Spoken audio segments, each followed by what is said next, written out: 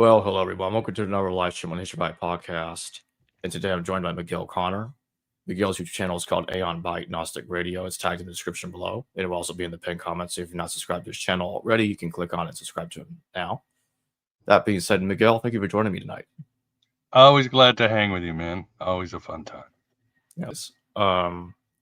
Yes, we're talking about, did Gnostic cosmology exist in the First Temple era? And this is going to be linked to what Dr. Margaret Barker talks about, Israel's second God, hence the title of the stream. And we're also going to be talking about Gnosticism being influenced by an older form of Judaism. Because when you look at the Gnostic religion as a whole, and they talk about Yaldaboth being the evil one, and that Jesus was the son of a different, higher God, distinct from Yaldaboth. So I think to start us off, Miguel, could you kind of give a little recap and remind the audience who Yaldaboth is and the Gnostic viewpoints surrounding him? Yeah, well, according to the Gnostics, the world that we live in was not created by the supreme God or the good God. It was basically created by this lower entity, this demon. And we are here trapped as parts of the divine spark by either the Pleroma or Sophia through some cosmic cataclysm. We are trapped here in this illusion, in this, I guess some Gnostics had more positive views, this cosmic gym. And we literally feed the universe and Yaldabaoth and his archons, who are, again, they're definitely associated with the Hebrew Bible deity, although some Gnostics, like the Paradics and others, would throw in their Kronos and Zeus and Osiris and other gods too. Basically, any creator god had either botched up the universe, was ruling the universe improperly, and was basically feeding off of us. And Yaldabaoth obviously is the head god, but he creates these beings called archons who are his servants. And they're the ones basically running the universe as forces of fate, destiny, illusion, and so forth to keep us humans trapped. So, in short, that's who the demiurge is, which is Greek for public worker, based on Plato in the Timaeus as his concept of the demiurge. When the good sort of pulls up, the demiurge sort of gives shape to the universe. And historically, whether it's the Platonists, even Christians like Justin Martyr, Neoplatonists, and so forth, Hermetis says the demiurge is a good guy, but to the Gnostics that was not the case. He was a bad hombre, pretty much, or at the very best, like the Valentinians, he was an ignorant deity who just was mismanaging this universe.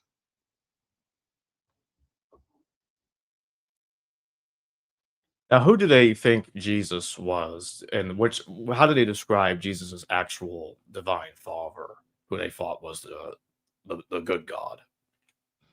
Well, it's pretty close to Plato's the Timaeus. I mean, not Plato's, but Plato's idea of the one, the undivided unconsciousness, the pure supreme font of everything. And this being, of course, the Gnostic theology would emanate into its aspects, its personhoods, its mental abilities, which the Gnostics call the aeons, and eventually it would just emanate down. And of course, the Gnostics, some groups would posit this cosmic cataclysm that happened when the Aeon Sophia was created, and she somehow rebelled or broke the aeonic structure. So to them, it was, yeah, very close to the one of Plato, and a being of pure, perfect, good, pure information, not matter. And but there are other theories. I do like April DeConnick's idea that if the Gnostics are an Egyptian religion, which I think she's right, and others like David Litwa, Robert Price would agree with this, then perhaps we're looking at the myth of a tomb. And we have this being who just stirs out of the watery substance of chaos, this giant serpent. and realizes it's alone and begins to emanate the gods and so forth. And that's one of the reasons why serpents and serpent worship and so forth are so endemic to so many Gnostic groups, especially in Alexandria. So those two, I would say, are the closest to the supreme God that is not the demiurge and is the true, you might say, father or source of Jesus. And so when you look at the way Plato talks about the demiurge and how he's the manufacturer of the universe. Plato doesn't seem to describe he does not describe the demiurge as necessarily being evil, but the Gnostics are reusing Platonic terminology about the demiurge when they describe their version, their interpretation of the demiurge. They are indeed. They again saw it as a mess. The Gnostics, of course, were influenced by the myths of their time. So Enochian literature, the Book of Enoch was certainly important to them. The Secret Book of John actually has a rewriting of the Book of Enoch, but of course replaces the angels with archons, and there's a lot of differences. It's actually more feminine friendly. The archons cannot seduce the women and have to go back and try other tricks and so forth. So they were definitely looking at the Book of Enoch. They were looking at other myths like the myths of Prometheus and so forth to sort of get their theology straight, looking at the Anunnaki, the engineers of this world who make human slaves, looking again at the Greek myths of Zeus making Prometheus fashion humanity as slaves and so forth. And then very interesting, there's a book by Dylan Burns. He's a scholar from Germany. He has this book, Did God Care? And it's a book about free will and predestination in ancient times and how the different groups looked at it. And he posits there are translations in the Timaeus that say that when the demiurge was done fashioning the world, he himself also took a step back. So you've got the good, you've got the demiurge taking a step back. When he allowed what he calls the young gods and the daemons to oversee the universe, and they did a very, you might say, less than perfect job. So even the Gnostics might have been reading Plato, they could have easily interpreted like, again, whoever's running the universe is has created a faulty machine of suffering, death, constraining fate, and all that.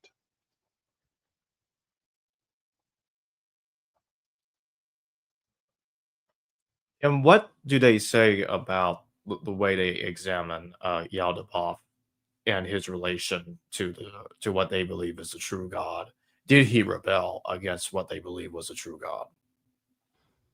They had different myths, and most of them, the demiurge, he doesn't even have an idea that there is a true God. And some of their texts, Uh, Yaldabaoth doesn't even know that his mother is Sophia until she like appears in the heavens and castigates him for being so arrogant. And Yaldabaoth has that saying that appears from Isaiah, which the Gnostics repeated, I am a jealous God and there is no God but me. So again, he is truly an ignorant being who sees himself as the ultimate being of the universe. So in Yaldabaoth or other names, Samuel the blind god, or Saklas the childish god, or Nebro, and all his other names, he himself has no idea. There's nothing to rebel because he thinks he's, he's at the top of the ladder. He is the ultimate being.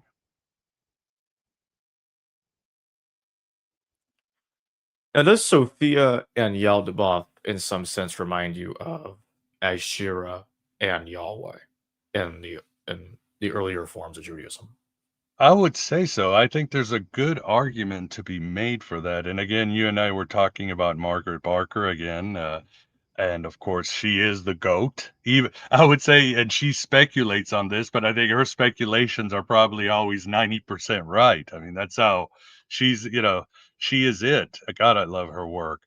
But and she's not alone. I'll give some examples. She posits that yes, there was a time, there was the first temple culture, pantheon, and everything else that was more polytheistic, more animistic, more shamanistic. And of course, as you and I know, and your listeners know, this was replaced by the cult of Yahweh. And the cult of Yahweh would slowly push away all these old ways for their sort of solar worship, if you would, and that included Asherah. So what Margaret Barker says is that if she looks at the names of these ancient spirits and gods of the first temple, and she can connect them to the aeons of a lot of the Gnostic systems. And I'm not an expert at first temple theology, but you could simply look at Sophia. Sophia is Asherah. The fall of Sophia in the Gnostic myth is actually the fall of Asherah from the historical records.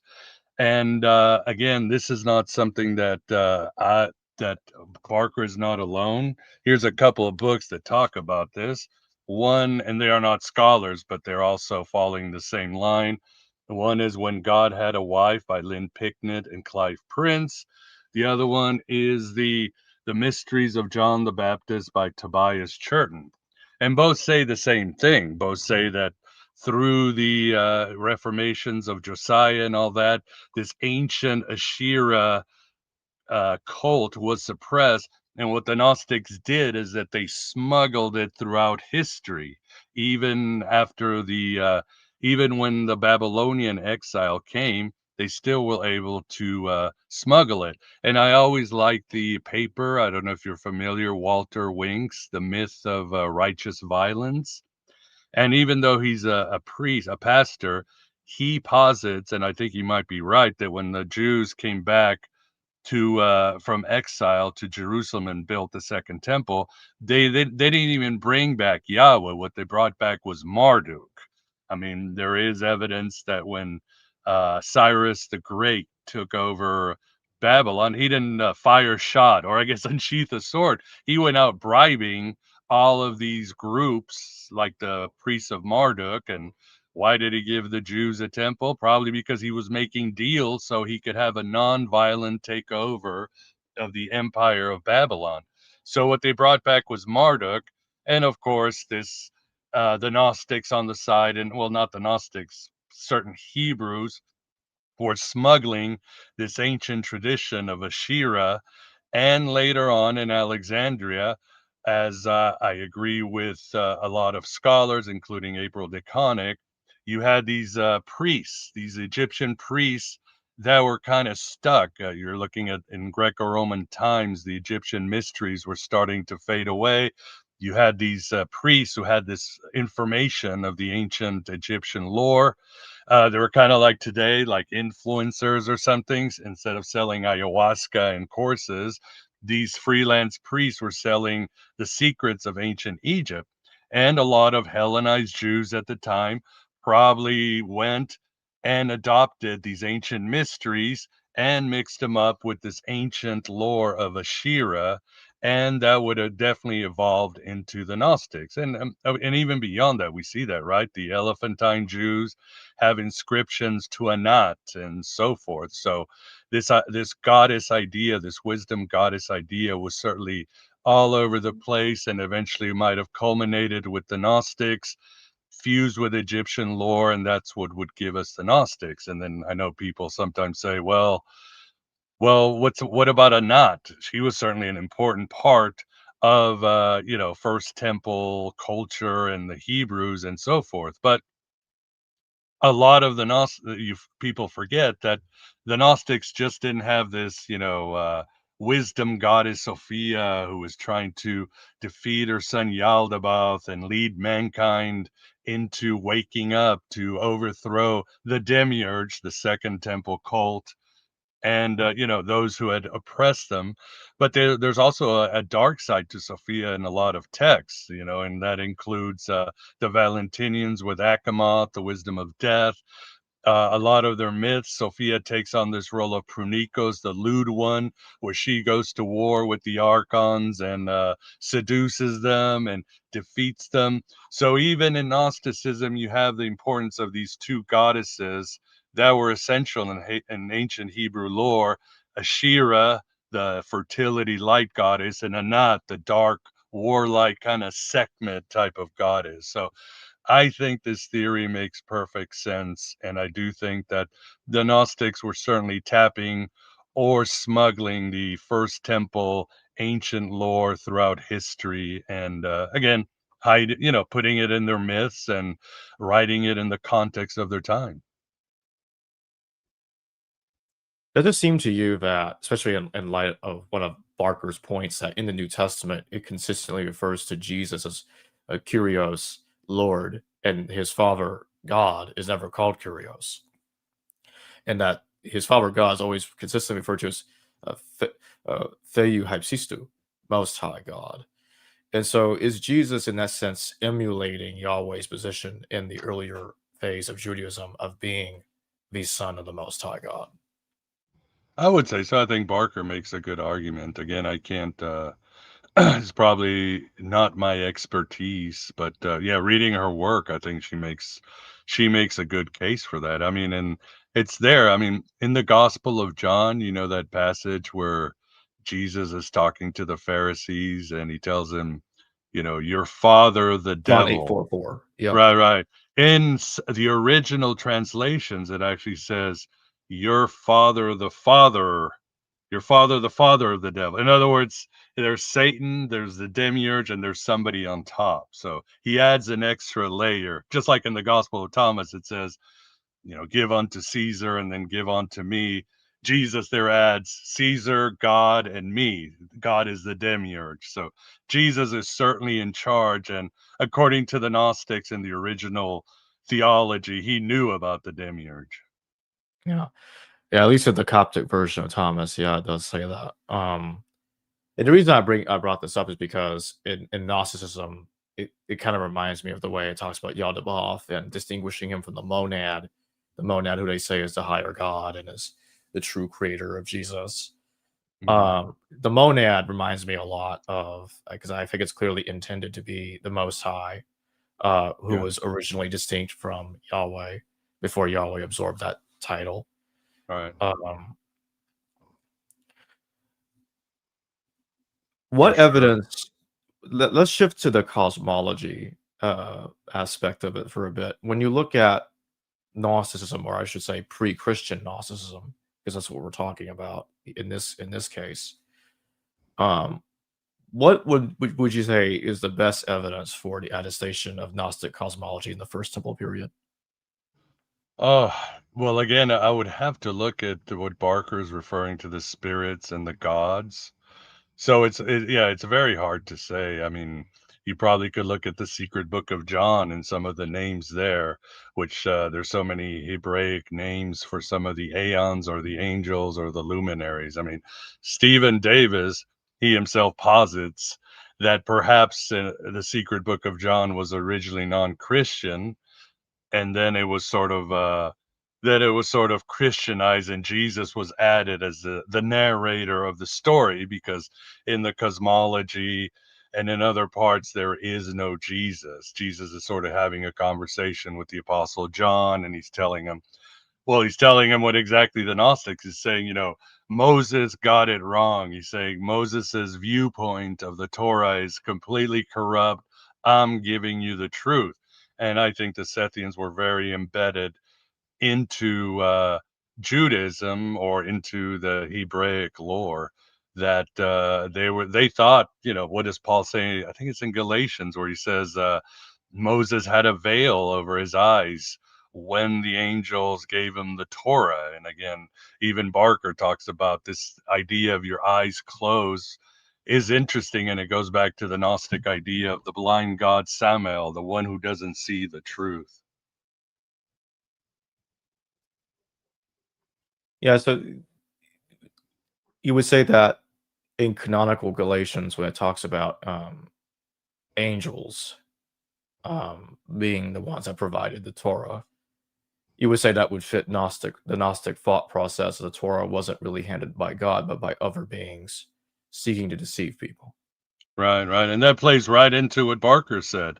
You had the rise of this cult of Yahweh or Marduk, the reformations of Josiah, and that's what they're doing, right? The Gnostics are talking about it symbolically, but it literally happened. You have the old ways are being suppressed, they're being stamped out, and veils are being put over the people of Judea and so forth, and Israel.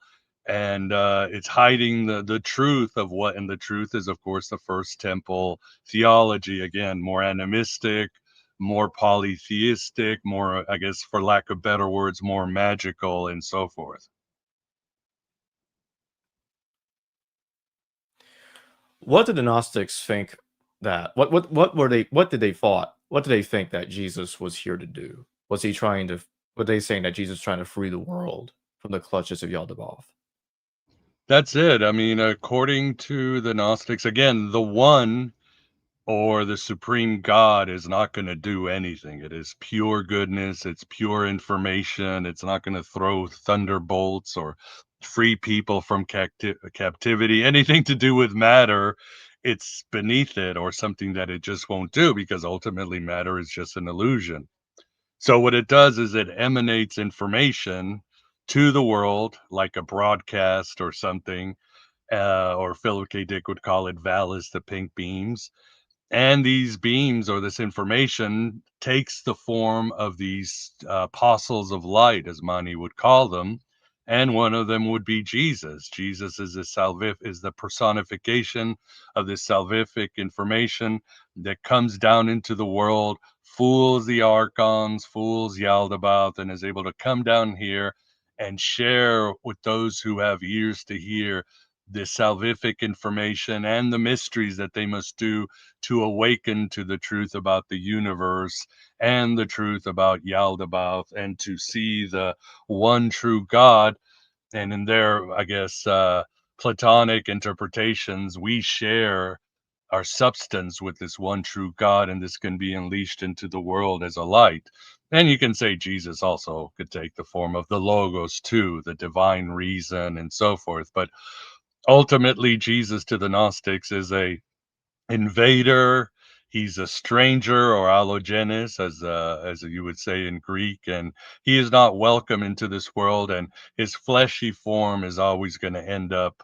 Well, we know how it ends up: destroyed, crucified, and so forth. In some Gnostic texts, like the Pistis Sophia and others, he will do tricks like force the archons to screw up the zodiac, which kind of breaks down the machinery of the matrix that we live in, and some other tech. So he has other tricks, but ultimately, yes, he's a living information and a stranger in a strange land.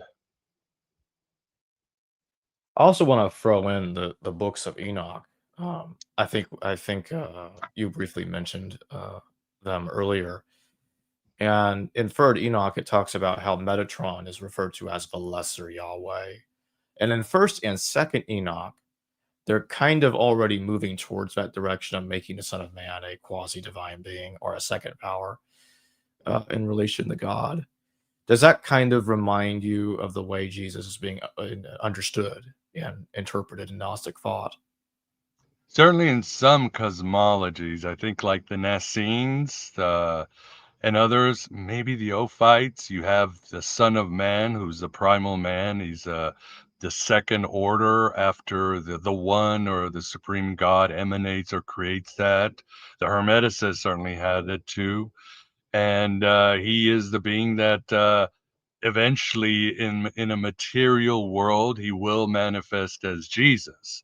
Other Gnostics, of course, don't use the Son of Man, like the Sethians, that much.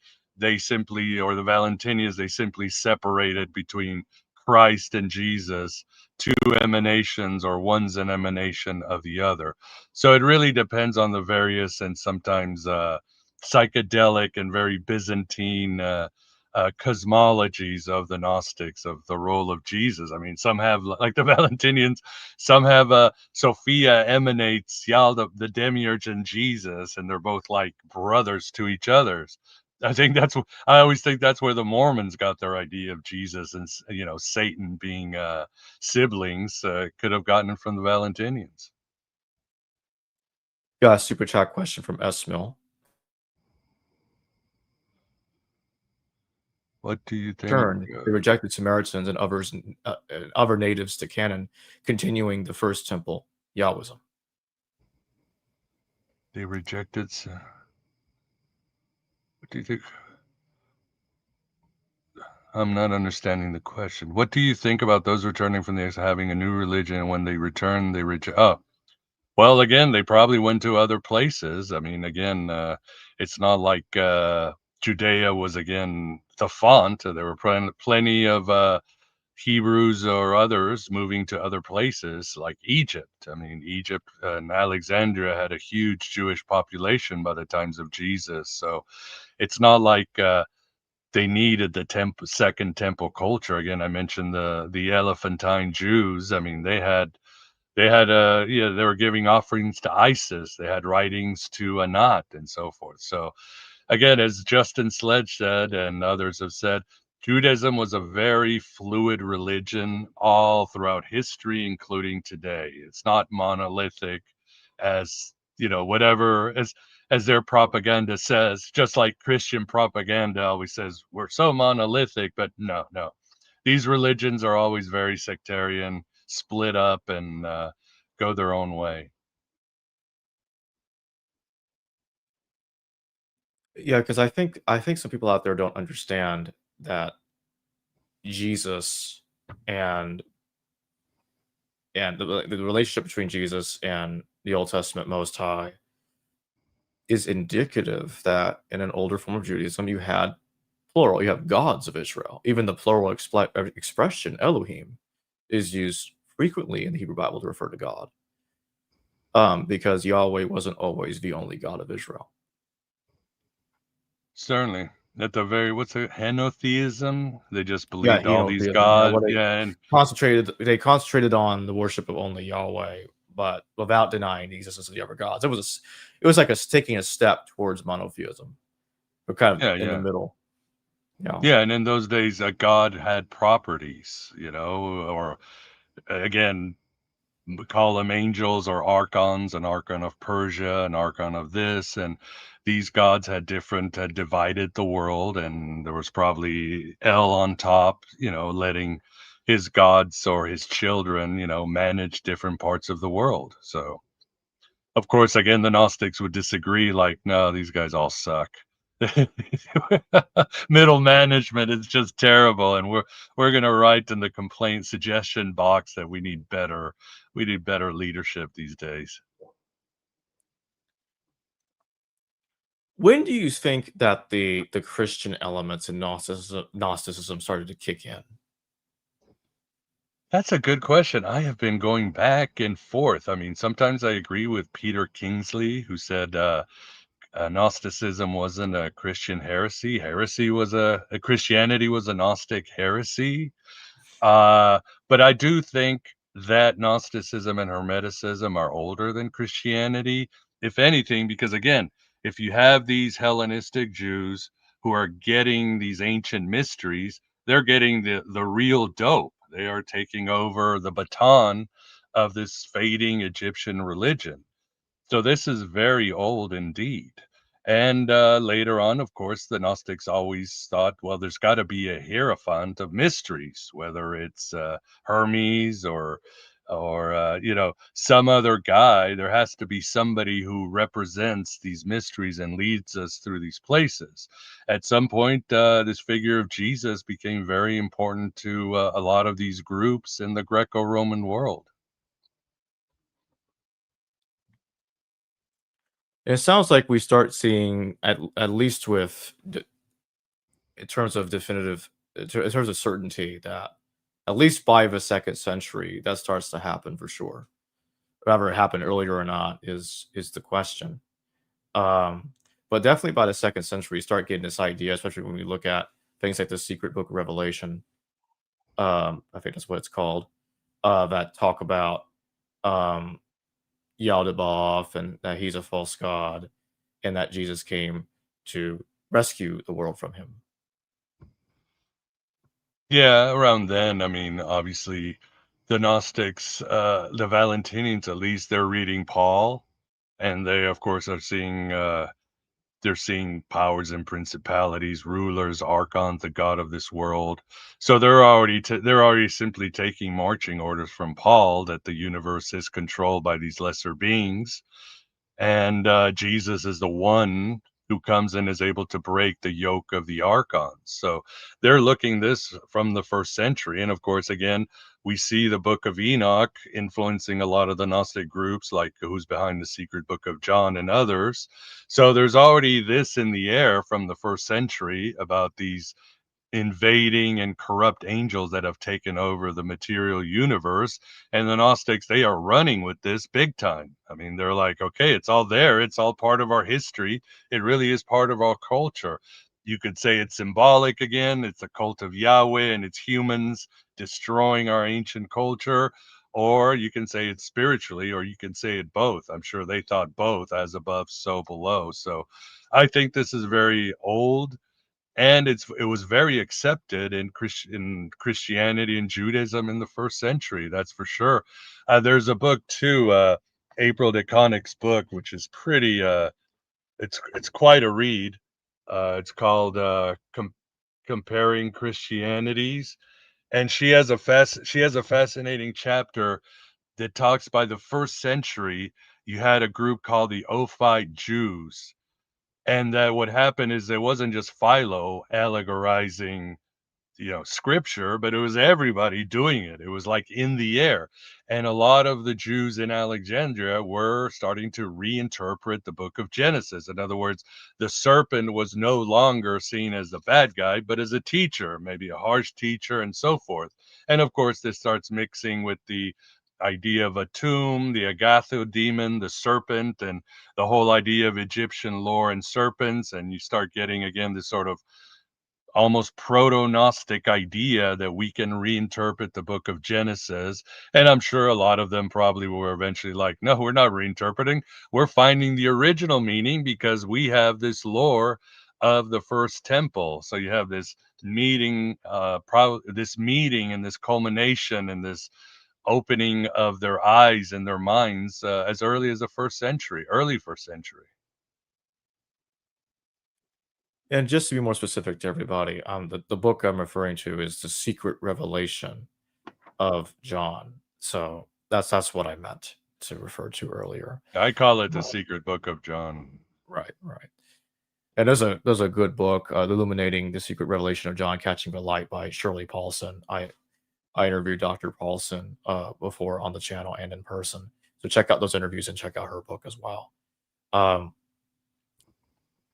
But yeah, it looks like that when you look at the way that Gnosticism talks about the angels in relation to Yaldaboth, how the angels are working for him, or there's like an elite of like 10, 12 powers, something like that, that work for him. And it's kind of like being hinted that those are the powers that were the ones that handed that law to the people, to the Jews, that Galatians is referring to. That's how it's interpreting what Paul is saying in Galatians. Yeah, for sure. Again, it's very obvious in the secret book of John that Jesus is saying that Moses was completely wrong. I don't think he actually accuses him, but he says he just got everything wrong when he got, you know, whatever he got from Yah or the Most High or whatever was completely wrong. And I'm here to show you the real truth about creation. And of course, John Turner, rest in peace. When again, probably the greatest scholar on all that's ever walked. But he used to say that he even wants to posit that there's Ophite influence in the secret book of John. There's the sort of the Barbello Sethians who are more interested in the emanations and the structure of God and this very highfalutin metaphysics, but then you've got the Ophite influence, which is the Garden of Eden. What is the true Garden of Eden, and the serpent and all that? And then, of course, later you've gone the Christianized version, which is the history of the people, and Jesus's role, all that. And then again, like I said, they throw in their reinterpretation of the Book of Enoch right there in the middle of the secret Book of John. So it's a wild ride text, that's for sure. The way the Gnostics talk about it is, it just reminds me of the Mandaeans, and I don't think the Mandaeans get enough attention. Uh, they talk about how all these Old Testament prophets, they were all false, just like the way the Gnostics do. And I wonder if the Mandaeans were influencing the early Gnostics, because the Mandaeans, they claim to go back to John the Baptist, and there's a lot of overlap between the Mandaeans and the Clementine recognitions. We've had conversations before about how you and I think that there are various texts, or at least some texts, that have been misdated by scholars. Uh, like, okay, maybe stuff like the Gospel of Thomas isn't as late as they're saying it is. Now, I do think that the Coptic version is late, but I think there was an older version. I'm not going to get into what I think is in there and what's not in there, was added later tonight, but I think that would be another discussion we could have later, because I think it's fascinating, the textual development, especially looking at the Oxyrhynchus Thomas, because there's even some textual differences in the parts of it that are legible with the Coptic version. But that's a story for another time. But Yeah, in the you're Clementine, an earlier dater than I am. You're more radical than I am, even. But you back it up. But I'm like, wow, you know, Jacob. well, at least the older, what I think is the older, much smaller version is the one that we have. I think Mark Goodacre's right, at least at the run. The Coptic version knows our Gospels. It's so the way I look at it is, it's an expansion of the original. I don't like to call it Proto Thomas, because it makes it sound hypothetical when it's not. It's attested. It existed, but it was aware of our canonical Gospels, and it's rewriting and expanding the first edition in light of our Gospels and this would have been done, I think, in the early 1st century AD by the so-called Thomas, the follower of Annie, that Cyril of Jerusalem in the 4th century CE was referring to. But anyway, um, again, we'll get into the full story about another time. I guess a whole show on its own. Dating, yeah. The Recognitions talks about how John the Baptist, it blames John the Baptist for creating a mess. John the Baptist divided Christianity. There's multiple different sects of Christianity caused by him. That's what it's talking about. And I'm like, well, that's interesting, because the Mandaeans are making a similar claim, but in a different direction, that Jesus was misleading people. And in the Recognitions, it talks about how there were already groups that thought John was the true Christ. Now, the Recognitions, it's just shocking to me that this thing's put later, because it doesn't make sense to me. It's like, okay, you go through all 10 volumes of this text, and I've been saying this for a bit now. That if you look at the Recognitions, what do you see, or I should say, what do we not see, if this is a late text? Really, the latest it could be put was 3rd century, because in the 4th century, it's already being cited. And being third and saying it's 3rd century is, to me, also ridiculous, because there's evidence that Origen knew about it. He referred to a 10-volume text Wow. called The Travels of Clement. Now, there's a text connected to Origen. It itself is very late, but it seems to be attributing quotes to Origen. I don't see why somebody would have fabricated it, in which Origen is attesting in the 3rd century to a 10-volume text by Clement of Rome called The Travels of Clement. And what does the Recognitions do? Talks about Clement traveling around. But in the Recognitions, it talks about the Gospel of Thomas. Doesn't say he's a twin. That's the interesting part. And it doesn't mention our 4 Gospels ever. And it mentions Paul one time as an evil man who attacked James, the brother of Jesus. So he doesn't have a vision. He's not this Paul that Clement's talking about is not engaged in theological arguments like we know Paul today to have done in the canonical text. The Recognitions is just so shockingly ignorant, massively ignorant of later viewpoints, that So it's like I feel like something isn't right with the dating of the text. And then there are some scholars like Jeffrey Butts. Dr. Butts admits that portions of the recognitions are older. But we look at the recognitions as a whole. It's like, okay, what magic goggles do I need to put on? Like I'm watching the movie from the movie They Live. Putting on these magic goggles, and I'm going to detect magically which parts of the text is older, which parts of it are not. Well, how about we forego that because we really can't tell. If there's evidence the text is older, why not just say the whole thing is older? While one may not discount the possibility of later additions, until we know what those additions are, if we can ever know, until we have decent reason to suspect something was added, we can safely and tentatively say the text as a whole is older. You look at 1 Clement, the way that Paul talks about Clement in 1 Clement is also similar. But what's weird is that if we believe it's the same Clement writing both, the way he talks about Paul is very interesting. When he uses the name Paul, he's referring to Paul in a positive way. When he calls him Saul, he's an evil persecutor, hurting people.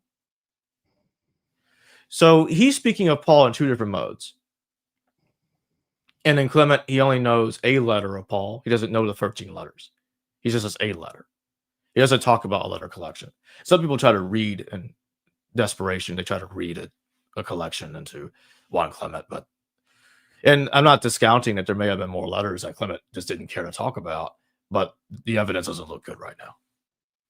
They'd have to do better than that. And the reason I'm bringing this up in this context of this discussion is that we are a lot more ignorant about what the original Paul's theology. We see Gnostics having their own interpretation of Paul.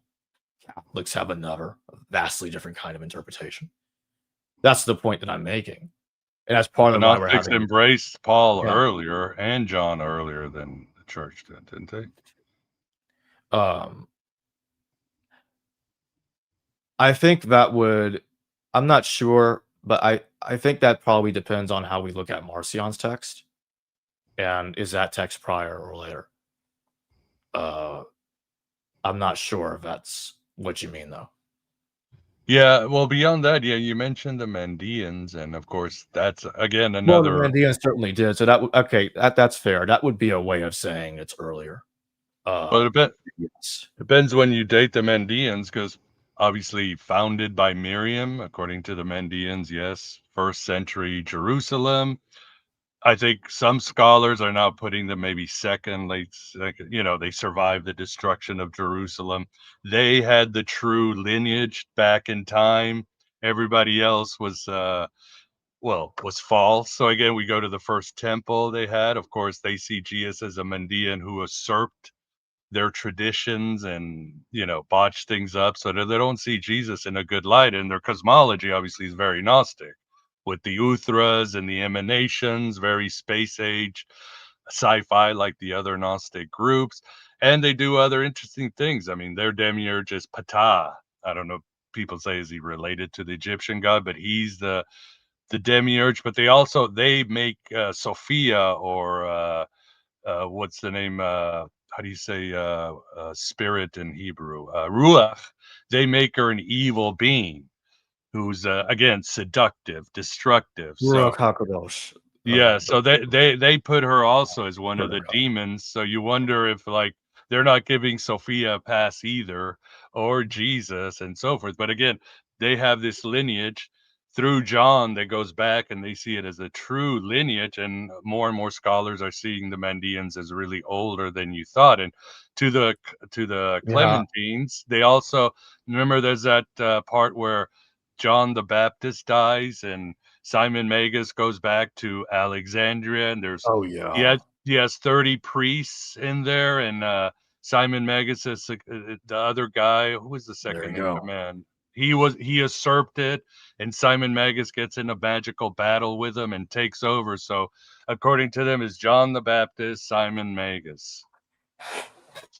Let me show you all something. I really recommend this book. I put myself on full screen for a second. The Mandaean Book of John by Charles G. Haberl and James McGrath. Doctors Haberl and McGrath worked on this excellent commentary, critical edition of the, and you get the original language on one side, English on the other. It's just wonderful. And I've had them on the channel before and together as well. And what they're saying is the text, the Mandaean Book of John, was written over a long period of time. It was not put together and written all at the same moment. And you can kind of tell because in the chapters it talks about different periods of history.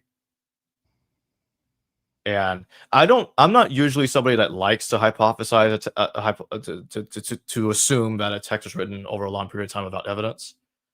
But this is an exception because it looks like to me the evidence is actually very strong here that this is exactly the case.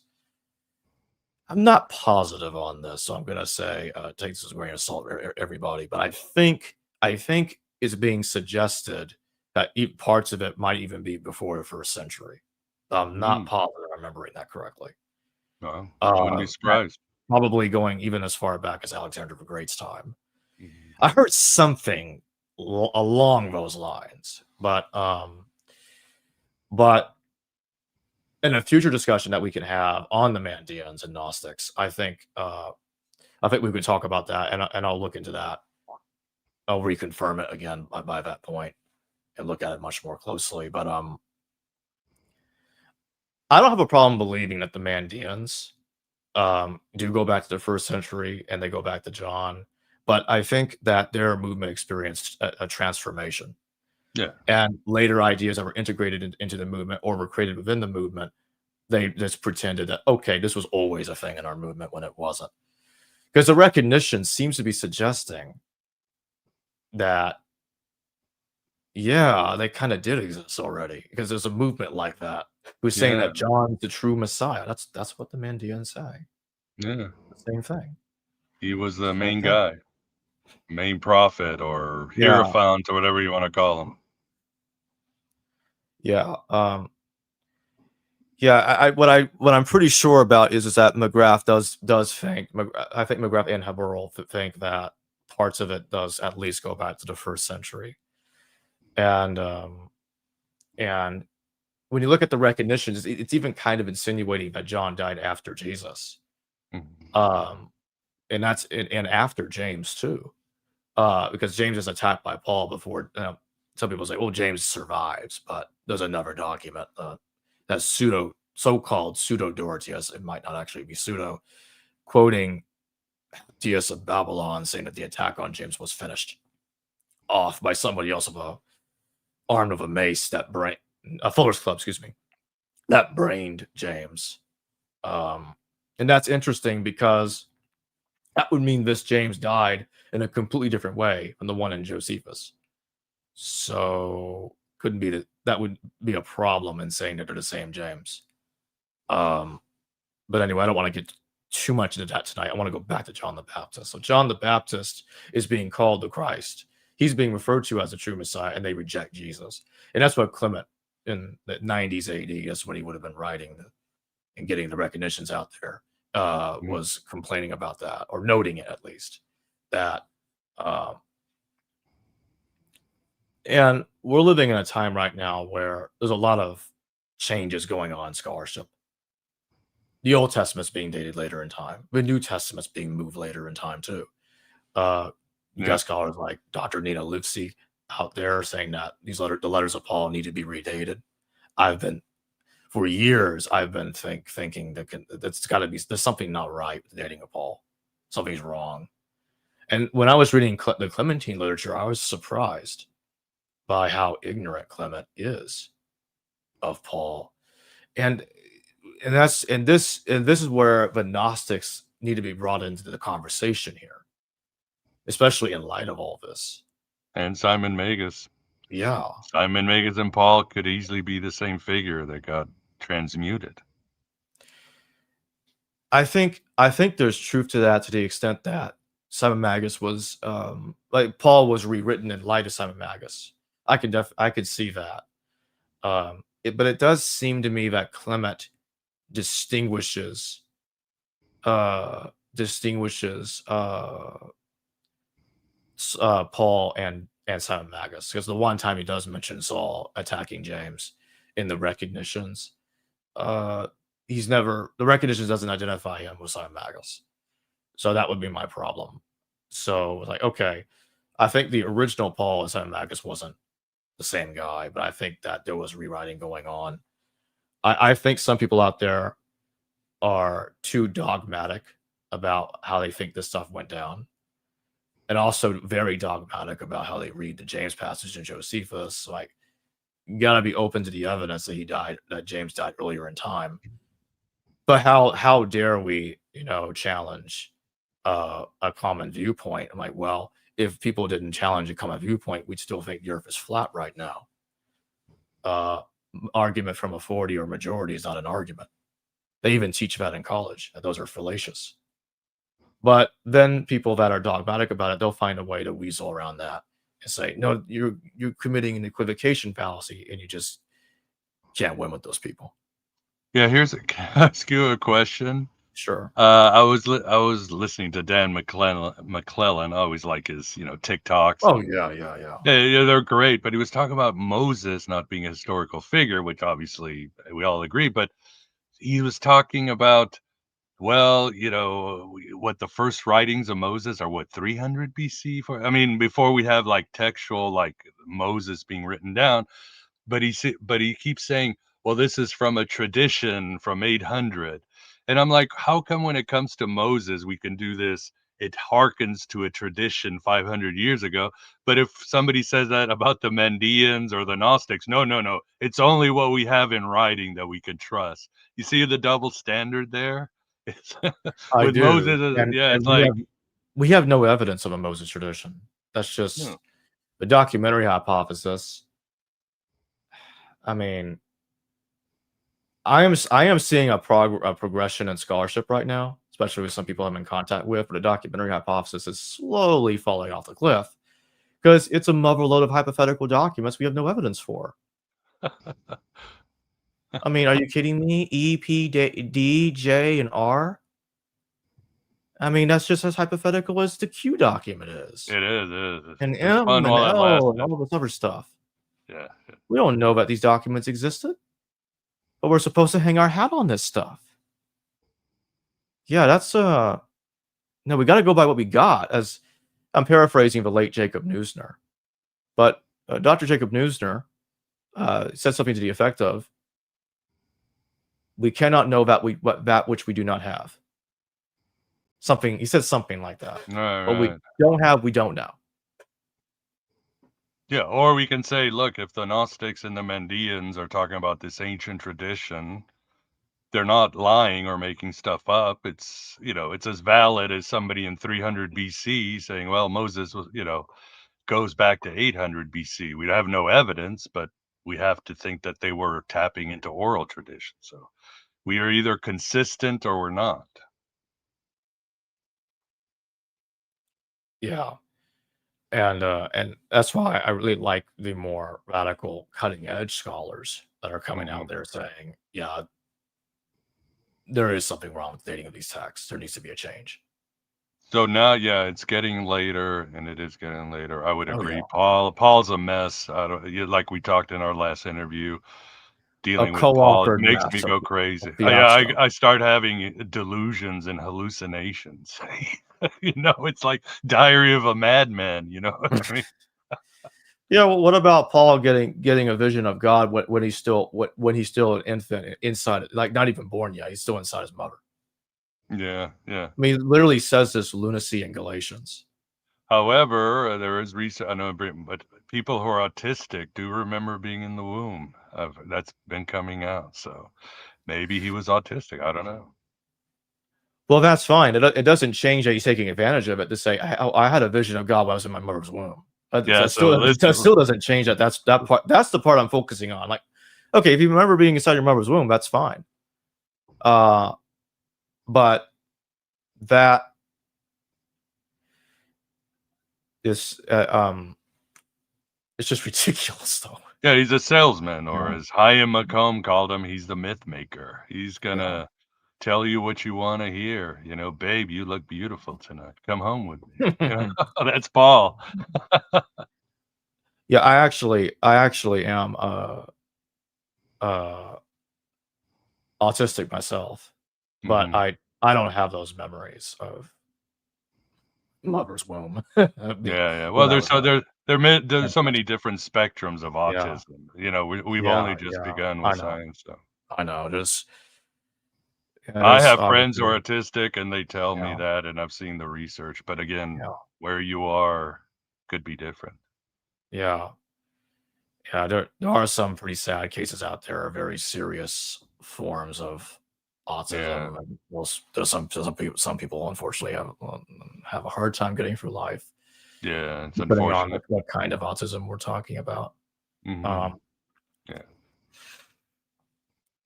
but um, but yeah, like some of these people that are complaining, you know, out there, like, oh, why are you challenging the consensus? I'm like, I have scholars on my channel challenging the consensus all the time. You look at and these different disagreeing. interviews. Yeah, yeah, You and I have interviewed scholars. You can interview someone that completely contradicts the other person says. yeah. You have diametrically opposed Oh yeah, scholars. Nothing wrong with that. exactly. And I think people out there just don't appreciate that.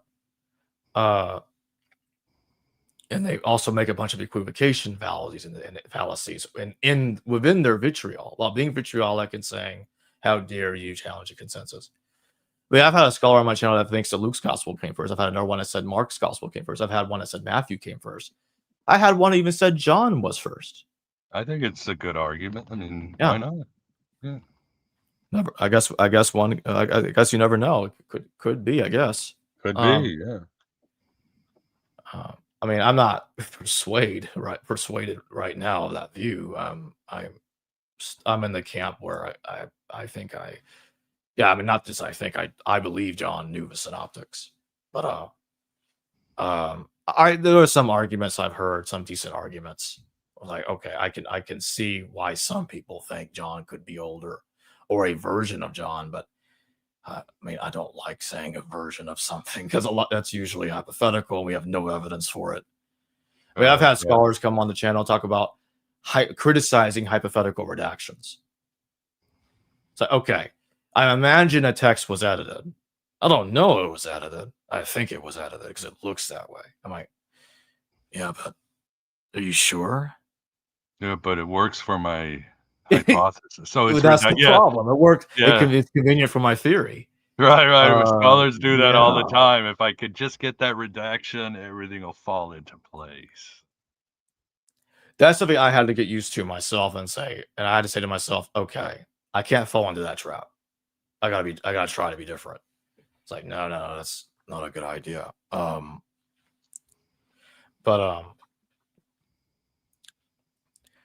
well, another argument I like a lot is, Dr. Elaine Pagels when she argues that the Gospel of John knew Thomas, countering many of the points of Thomas.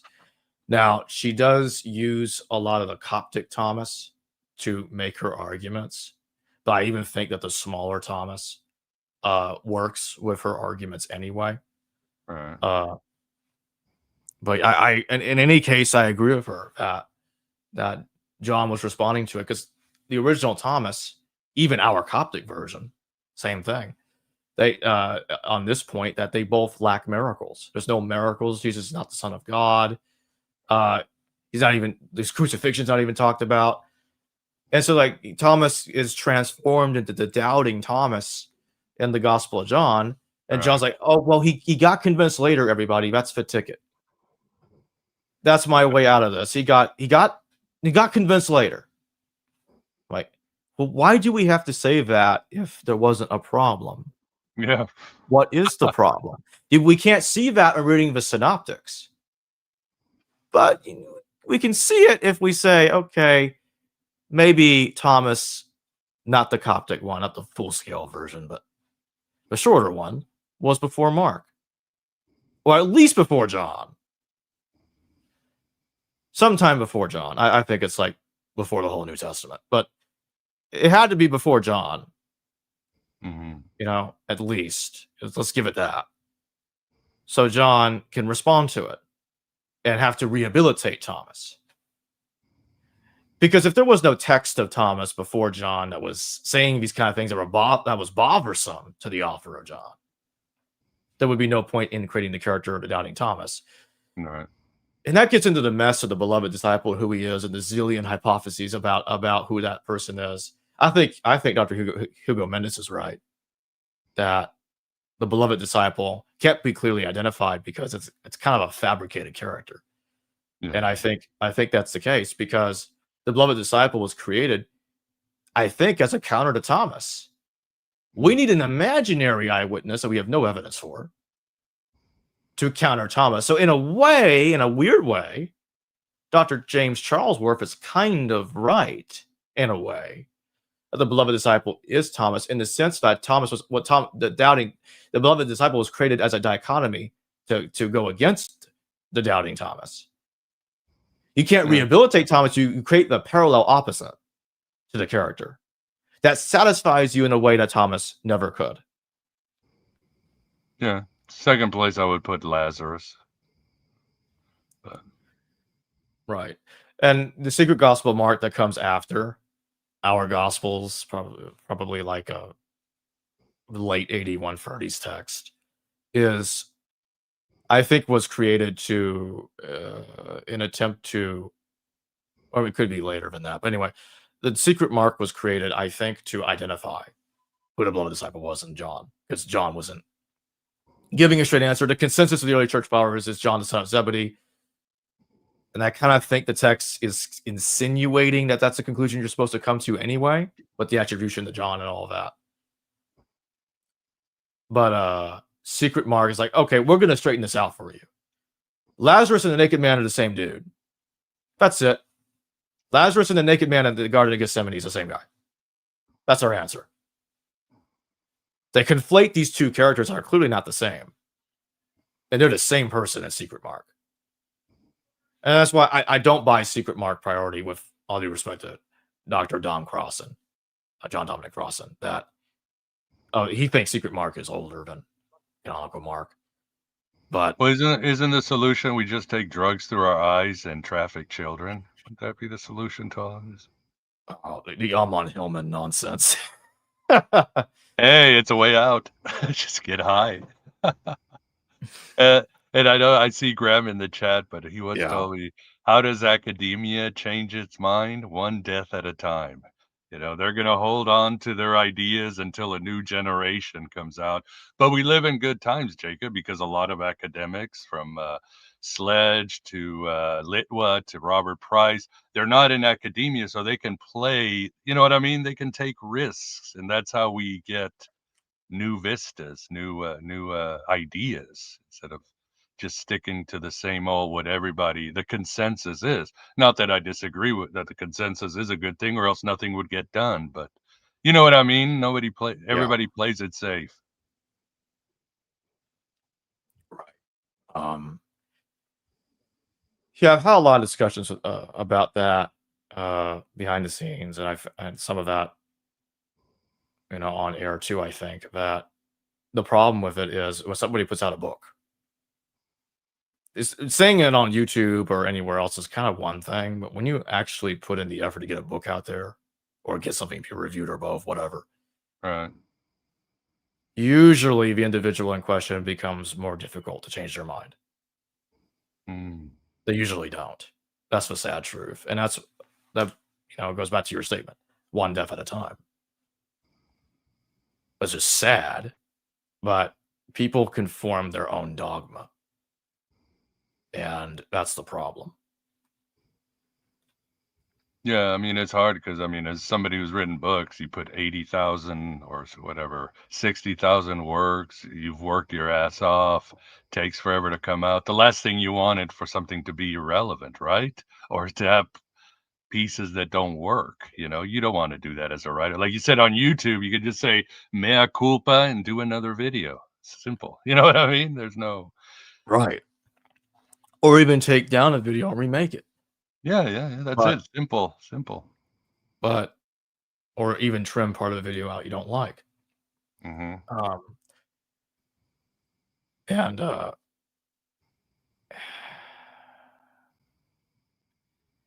Yeah, it's just when someone puts so much effort into a book, they don't want to hear that they're wrong. After all No, the hell I went through to get this work out there, years of work, just to be wrong. research. Yeah. Yeah, then they're not going to do that. No. No.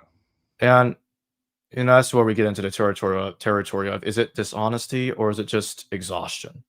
Because I think there kind of is a difference. Kind of give the Yeah. person a little bit of a break there. Um, I guess it's more like mental exhaustion. You don't want to go through the effort of being wrong. It's not because you think.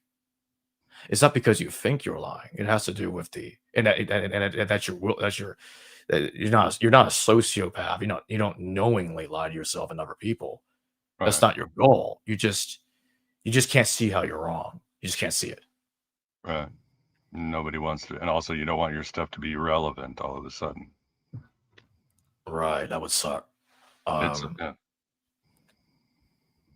I think right now one big issue that we're seeing out here is, you know, we're seeing the debates about the development of these texts taking a new form right now. Do texts always go from small to larger? Because that's not always true. There are times when something is actually a bridge. Second Maccabees, it's an abridgment. So we do have real examples of abridgments happening, and I think that's going to be an issue that New Testament scholars are going to have to talk about when they talk about the dating of the text as a reappraise the dating of these texts. I'm having someone else on talking about this. Let me look at my schedule. When was this happening? It is going to be a live stream. I think it's sometime next month. Yep, October 8th. Yeah, I'm having John Andrew MacDonald on. He's done work on the New Testament, and he is also, like myself, an advocate of the new Pauline chronology. Mm-hmm. And this is where the whole Marcion versus canonical Paul comes in. Take your pick. Which do you believe is true? And I've said this many times before. I'll say it again. I meet the brilliant Marcion scholars halfway. That, usually the Marcion scholars that take the position that the Marcionite texts are older, they'll say, we don't know that Paul actually wrote those texts. It's a collection by Marcion or by somebody else before Marcion, and Marcion inherited that collection or took over the collection. Well, yeah, that's why to me, it doesn't make a whole lot of difference to me if the Marcionite text came first or the canonical text came first when it comes to the historical Paul. Because I don't think Paul put a pin to anything in either text as we have it. So either way, the conclusion is largely the same in my view. Regardless if it turned out to be true that the Marcionite text came first or if the canonical text came first. And to wrap up the discussion, when you look at Gnosticism, look at the Mandaeans, you look at the development of the early Catholic Church and how they're reinterpreting these characters in light of their emerging viewpoints. And that's why we're seeing these conflicts, these dichotomies, these different interpretations of these characters. Look how the Mandaeans look at John and Jesus. It's the exact opposite of how a Christian looks at them. You look at Gnostic, it's a lot like the Mandaeans, but even there's some differences, some big ones. Mm-hmm. They all treat these scenarios differently. And that takes me back to the Clementine recognition. So the way it talks about John the Baptist dying, I think it's saying John died after Jesus. Well, that's what Josephus says too. He writes that John died after Jesus. Dr. Bartosz Adamczewski points that out. Dr. Samuel Zinner points that out. That in an earlier viewpoint, John died after Jesus. And the idea that John died before Jesus was an inversion that was in the Gospels, caused by the Gospel. I would say the cause was the Gospel of Mark. that inverted it. And I think they're right, because John is trying to. So the issue of it is they had this problem. Clement's also wrestling with the problem. Is John the Messiah or Jesus the Messiah? Well, if John dies after Jesus, that kind of makes Jesus a little bit less relevant, because then all the attention goes to John. Jesus praises John. John's the greatest man ever born of a woman. That's even in the Gospel of Thomas, but then it's followed by a complete contradiction in Coptic Thomas, where it gives you a formula of how to be greater than John. So, okay, I wouldn't be surprised if that's a redaction, and to add it to conflict with the earlier version that says John is the greatest thing ever since sliced bread, because in Clement's viewpoint, there is no formula to get around it. The viewpoint was he's the greatest man ever. Mm-hmm. And that's it. That's what he's telling us that these followers of John are saying. Now, why would Jesus say that about John if John's a predecessor of Jesus? That's kind of weird. And so when you put it together, I can see why that there are scholars out there that are saying that John died after Jesus. But that does contradict the canonical chronology, because that someone's lying. Either Josephus is lying about it, which I don't see why he would have, or the Gospels are, which I can see why they would, because you're trying to give more authority to Jesus. Let's make John say that he's not worthy to untie Jesus's or tie Jesus's shoelaces.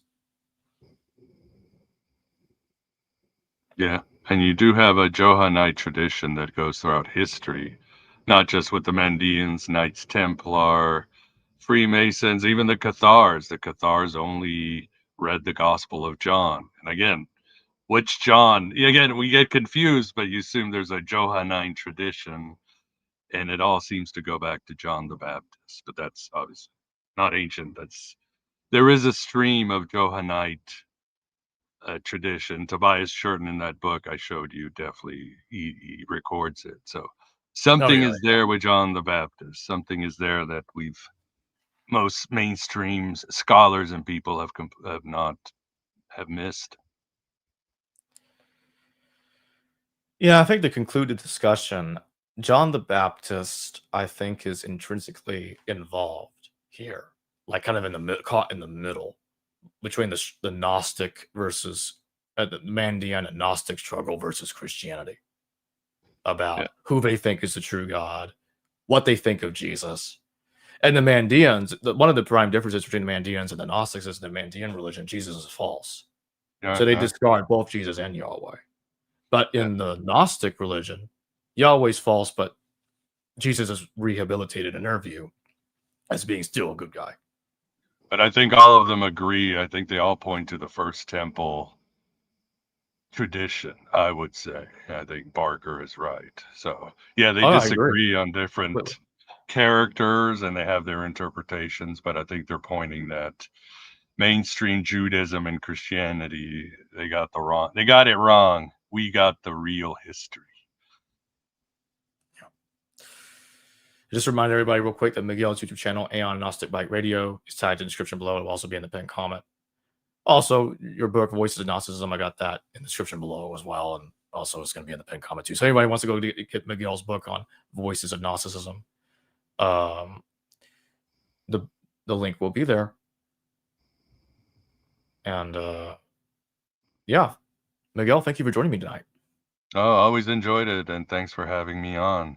And yeah, for Voices of Gnosticism, I have the transcript with John Turner, which is mind-blowing on the Secret Book of John. I've got Elaine Pagels, Einar Thomason, who's the greatest authority on Valentinianism, is there. So yeah, check it out. Awesome. Thanks again. Hello viewers, thanks for watching this video from the History Valley YouTube channel. Please don't forget to subscribe and hit the notification bell. And if any of you wish to further support this channel, please consider checking out this channel's Patreon page and becoming a patron, and or donate through PayPal or through Super Chat during your live stream. Thank you.